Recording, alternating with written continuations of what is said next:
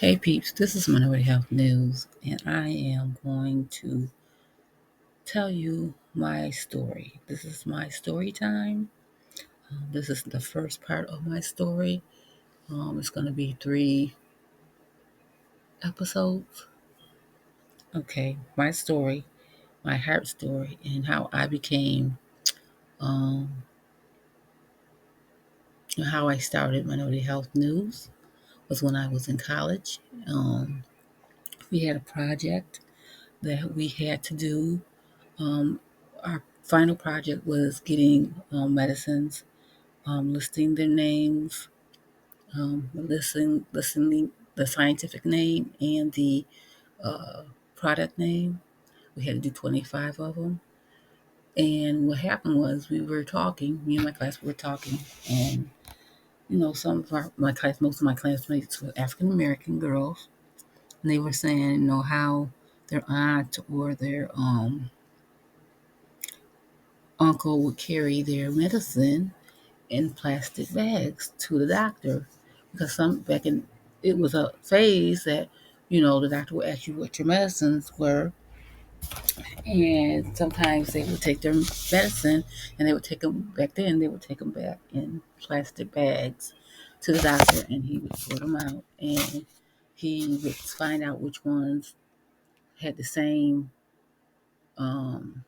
your different medicine, but they had the same effect, and he would reduce your medicine. And I had went through that when I was doing home care, where I had to take a patient in, and I had to bring all her medicine, and all her medicine was in a bag. So we started laughing because that's an African American thing that happens. That they take their medicines to the doctor in bags. I don't know if they still do that, but when I was growing up, they would take the medicine in the bag and tell the doctor, so the doctor could see what they were taking, and that's how Minority Health News began. Because most African Americans don't know that that's what medicine they're taking, and what medicine they're taking are doing the same things. Where they're taking two medicines that are doing the same thing when they could take one medicine and be done with it. So, um, So that is how we started. And so that's how I started the newsletter, Minority Health News, so that African American women or men or the population in general can know what's going on in the medical field. Because at that time, if there was such a disparity, they're working on it now. We're working at it at Minority Health News. It was such a disparity in how they were getting treated when they would receive health care. Whereas now it's more prevalent that the doctors will talk to them. But back in the day, if you didn't have a family doctor, and if you didn't have a doctor that you could see all the time, most African American people didn't go see a doctor. So that's how that began, and that's what we're doing. We're trying to reduce the disparities between in the African American population by giving you guys more information on what you can do with it, what you can do during your health journey and during your health crisis.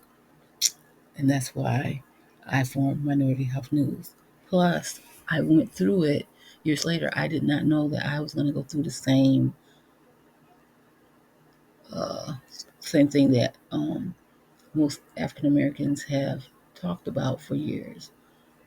I suffered a heart attack um, about, I'm going to say 10 years ago, 2011, because of my job. Um, and I was under stress.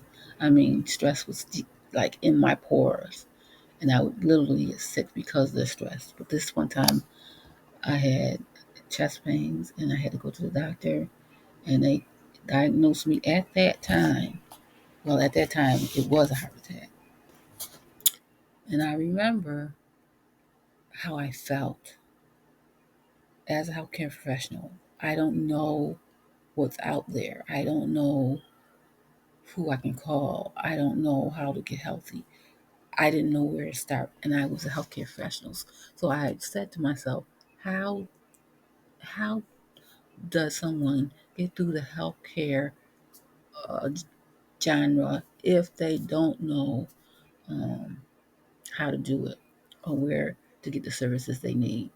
And that's why I started writing stories about Black men and asthma, um, African American women and heart disease, women's health in rural areas. At that time, I wasn't even thinking about rural areas because I lived in the city. I didn't think about rural areas until I came to a rural area. And so my motto is it doesn't matter to you until it matters to you. And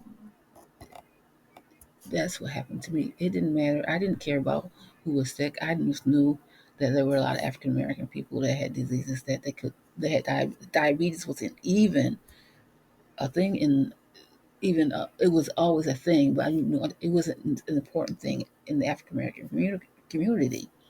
But when I got to this job, a nurse told me that she was from Florida, which has a high population of Latino Americans, and that diabetes runs in their population at that time it was rapid. So I was like, really? She says yes. In the Latino population, diabetes is is growing. Little kids have diabetes. And where I was from, I think maybe two people, maybe three people had diabetes.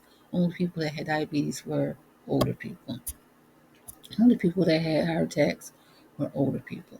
If I and I hung with older people, I was like that one girl that hangs out with the older side. And even though they took their medicine, they didn't have diseases as like they do now. So that's how I started Minority Health News. Until you go through it, you will never know what goes on. And and like I said, it's not important to you until it's important to you. So that's my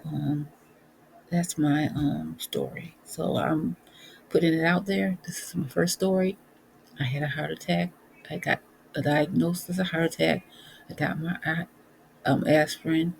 Um, got my pills. I had to take off maybe a week from work. The pain was terrible.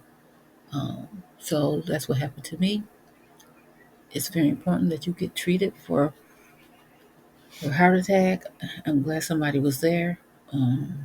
Matter of fact, I was at home. I didn't feel good. I had to navigate 11 stairs. They took me to the doctor. First thing they asked me was, did I do drugs? I'll never forget it. I'm like, no, sir, no. So it's important to me that people don't feel like when they go to the doctor that they are being gaslighted or they're not being taken seriously about their heart ailments. So that's story number one. And like I say, this is a series. Part two will be coming up. I have a story to tell. So hopefully you guys will come back and you'll hear story number two. I'll see you guys later. And yes, guys, wherever you go, let God guide your steps. Until then, bye.